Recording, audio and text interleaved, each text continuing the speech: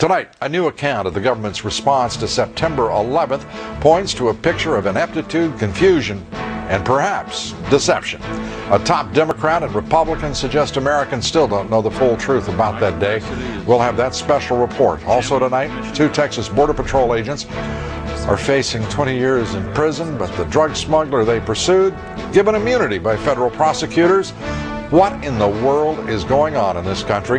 We'll have that special report for you tonight. We'll have the answer.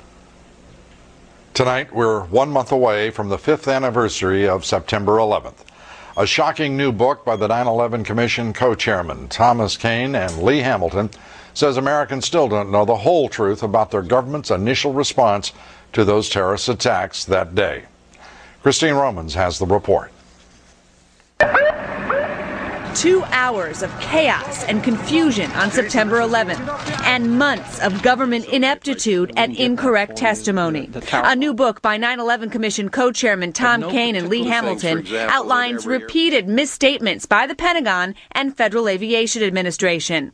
They write, fog of war could explain why some people were confused on the day of 9/11, but it could not explain why all of the after-action reports, accident investigations, and public testimony by FAA and NORAD officials advanced an account of 9/11 that was untrue.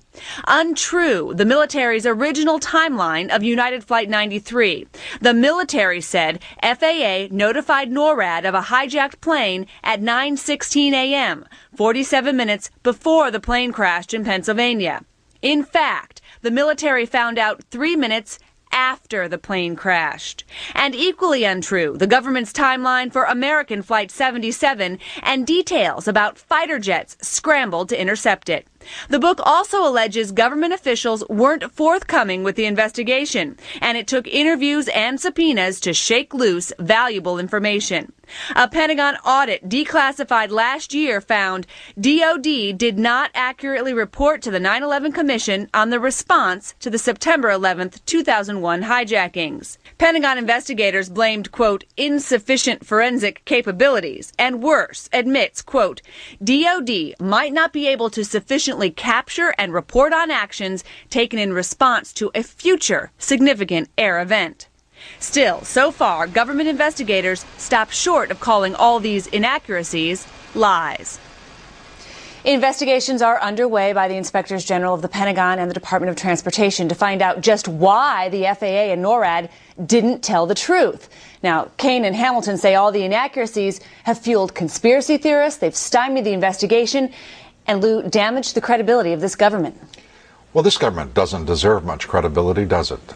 In point of fact, if all of the after-action reports are untrue, for whatever reason, that's a lie, because they are asserted as the truth by people who knew better or should have. And really troubling, the Department of Defense own Inspector General report that was declassified showed that if the same thing happened again, you'd have the same chaos and the same misreporting or lies afterward.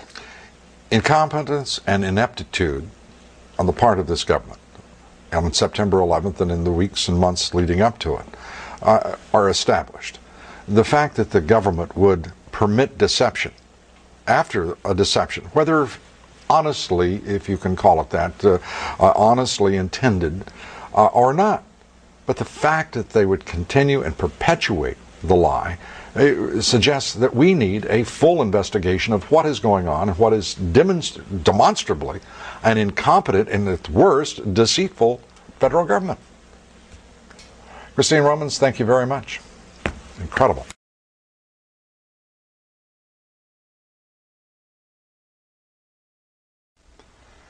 President Bush today delivered what the White House termed a major speech about the, quote, nature of the enemy, end quote, in the war against radical Islamist terrorism.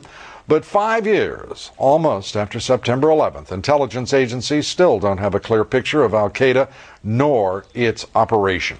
Now, the Department of Homeland Security has turned to psychologists, chemists, and all sorts of professionals and best-selling author Brad Meltzer to think out of the box about al-Qaeda strategy and potential terrorist strikes against this country. Brad Meltzer is the author of the new book, The Book of Fate. He also wrote The 10th Justice, Dead Even, The First Counsel, The Millionaires, The Zero Game. Brad, I read every one of them. and I'm delighted to have you with us here. Thank you, Lou. I appreciate it. Now, I think a lot of people, including myself, are surprised to hear that the government has the intelligence, the sense to turn to creative artists like you and say, think about what in the world terrorists could do to this country and how they would do it. Were you shocked when they called you? Oh, when I got that phone call, that's the last phone call you ever think you're going to get. When I write these novels, I always try and find out about the White House, about Homeland Security, about the Capitol. But I get a phone call from the Department of Homeland Security that says to me, you know what, we'd love you to come in and brainstorm out of the box. And I said, my gosh, we must be in trouble if they need me.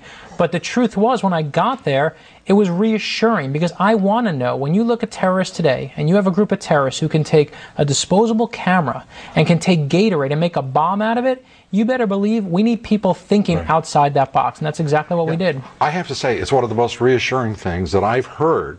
I mean, they brought you in because as I said, I've read your books, and you have got an intriguing mind for plots as well as every other aspect of your craft. But the idea that the Red Cell program is what it's called. Why Red Cell? Well, the Red Cell is actually a name that has been used for years to do this kinds of brainstorming. And what it is, it's the Department of Homeland Security's way of trying to anticipate what the terrorists are going to do next. Now, they already have groups of people at the CIA, at the FBI, thinking these things. What they want is people who don't think the way the government usually thinks. My job as a novelist is to beat the news. If I don't beat the news, then I've written a book that's old. And so they want people like me to do exactly that.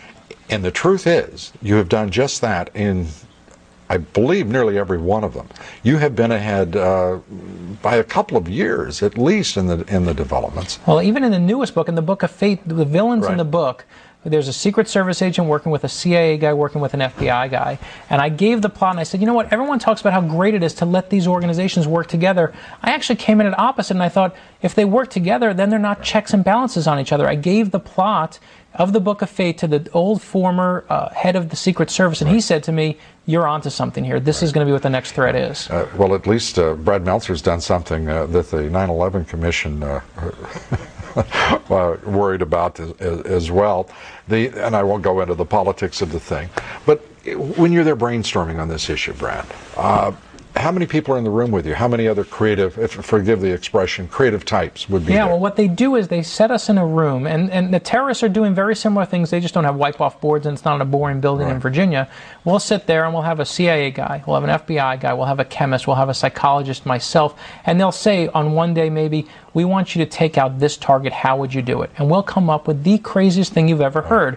But when you look back on something, is it crazier than smashing airplanes into the Twin Towers? Is it crazier than taking a bomb in the UK and trying to do it out of liquids?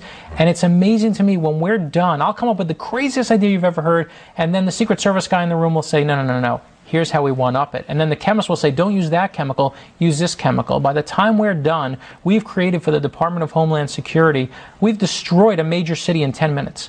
And you go home that night, and you are absolutely terrified because you realize how easy it is. Now, I said I was reassured to know that the leadership at the Department of Homeland Security had the intelligence to bring you guys in.